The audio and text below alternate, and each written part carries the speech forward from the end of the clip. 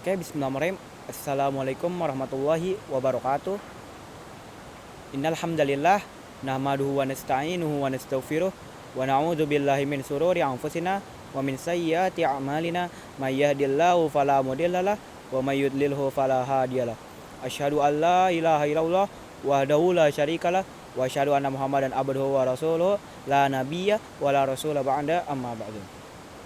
Hadirin yang dirahmati oleh Allah Subhanahu wa taala, izinkan hamba untuk menyampaikan sedikit nasihat tentang bahayanya lisan. Menjaga lisan merupakan salah satu perintah dari Allah Subhanahu wa taala. Adanya perintah ini untuk mengurangi perseteruan dan perkelahian antara sesama manusia.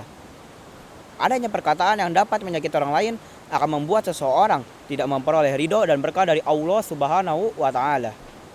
Ketika berada di akhirat kelak, segala apa yang diucapkan dan apa yang kita lakukan, seluruh amalan yang kita lakukan saat dunia ini akan dipertanggungjawabkan di akhirat nanti. Oleh karena itu, ada sebuah mahfuzat yang artinya itu lisan itu lebih berbahaya daripada pedang. Apa sih maksudnya itu? Jadi maksudnya lidah itu dapat melukai perasaan seseorang. Ibaratnya kayak jika kita menghina seseorang, mungkin kita dapat meminta maaf. Namun, apakah luka yang dialami oleh seseorang itu dapat hilang dengan mudah? Tidak. Tidak hilang dengan mudah. Oleh karena itu, kita harus jaga lisan kita lebih baik lagi. Dan berhubung dengan lisan, kita juga harus menjaga mulut kita. Karena mengapa? Rasulullah pernah berkata, mulutmu harimaumu. Maka kita juga harus menjaga mulut kita. Seperti contohnya, kita tidak boleh gibah.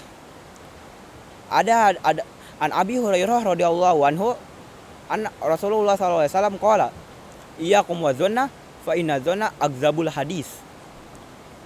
Bukhari wa Muslim. Dari Abu Hurairah radhiyallahu anhu, ia berkata bahwa Rasulullah sallallahu alaihi wasallam bersabda,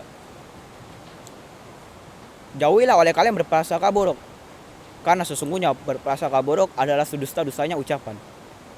Jadi gibah itu dilarang oleh Rasulullah SAW. Karena mengapa? Ada beberapa riwayat yang mengatakan, jika kalian riba, kalian memakan daging bangkai busuk saudara kalian sendiri. Ada hadis juga yang mengatakan tentang gibah, yang berartinya, apakah kalian tahu? Rasulullah SAW dia bertanya, apakah kalian tahu gibah? Mereka pun menjawab, Allah dan Rasulnya pun yang lebih tahu. Rasulullah menjawab, apabila yang dikatakan tentangnya itu benar, maka itu adalah gibah. Namun apabila yang dikatakan tentangnya namun bohong, maka kalian telah bohong.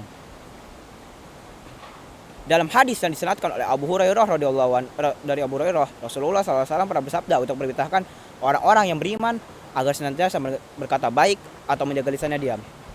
An Abi Hurairah radhiyallahu anhu an Rasulillah sallallahu alaihi wasallam qala man kana yu'minu billahi wal yaumil akhir falyaqul khairan aw liyasmut.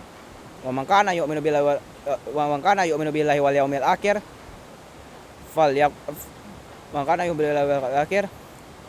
falyukrim jarah. Wa man kana yu'minu billahi wal yaumil akhir falyukrim duifah. Rawahul Bukhari wa Muslim. Dari Abu Hurairah radhiyallahu anhu, dia berkata bahwa Rasulullah SAW sabda, barang siapa yang beriman kepada Allah dan hari akhir, hendaklah ia berkata baik atau diam. Dan barang siapa yang beriman kepada Allah dan hari akhir, hendaklah ia menghormati tetangganya. Dan barang siapa yang beriman kepada Allah dan hari akhir, hendaklah ia memuliakan tamunya. Hadis riwayat Bukhari Muslim. Menjaga lisan juga dapat membuat seseorang terhindar dari panasnya api neraka. Menjaga lisan dapat membantu umat Islam, dapat membantu kita semua agar dapat memperoleh pertolongan. An Abi Hurairah, seperti hadis yang disampaikan oleh Abi Hurairah, an Abi Hurairah radhiyallahu anhu, qala Rasulullah SAW qala innal abda la yatakallam bil kalimati yang dilu biha fin nari abadama bainal masyriqi wal maghribi. Rawahul Muslim. Yang artinya, sesungguhnya seorang hamba mengucapkan kalimat tanpa ia pikirkan terlebih dahulu, dan karena ia terjatuh ke dalam neraka sejauh antara timur dan barat. Hadis riwayat Muslim. Oleh karena itu, tidak ada alasan bagi seseorang yang beriman untuk tidak menjaga lisannya, baik dalam kehidupan di dunia nyata seperti di nyata maupun kehidupan di dunia maya seperti di sosmed dan internet dan lain-lain. Menjaga ucapan dan perkataan akan menaikkan derajat seseorang muslim. Dalam salah satu hadis Rasulullah SAW bersabda bahwa orang yang menjaga lisannya adalah orang muslim yang paling utama. An Abdillah bin Amr an Abdillah bin Ibni Amr radhiyallahu anhuma anin Nabi sallallahu alaihi wasallam qala al muslimu man salimal muslimuna min lisanihi wa yadihi wal muhajiru man hajara ma nahallahu anhu. Ya, Rahul Bukhari. Yang artinya dari Abu Abdillah bin Amr, Nabi Rasulullah radhiyallahu anhu, Rasulullah SAW sabda, seorang muslim adalah orang muslim yang selamat dari lisan dan tangannya. Dan seorang muhajir adalah orang yang meninggalkan apa yang dilarang oleh Allah Subhanahu wa taala. Hadis riwayat Bukhari. Lalu ada juga ada satu hadis lagi yang mengajarkan kita untuk menjaga betapa pentingnya lisan ini. An Abi Hurairah radhiyallahu anhu anna Rasulullah sallallahu alaihi wasallam qala innal abda la yatakallam bil kalimati yanzilu biha fin nari adama bainal masyriqi wal maghribi. Sesungguhnya seorang hamba mengucapkan kalimat tanpa ia pikirkan terlebih dahulu, dan karena ia terjatuh dalam neraka sejauh antara timur dan barat.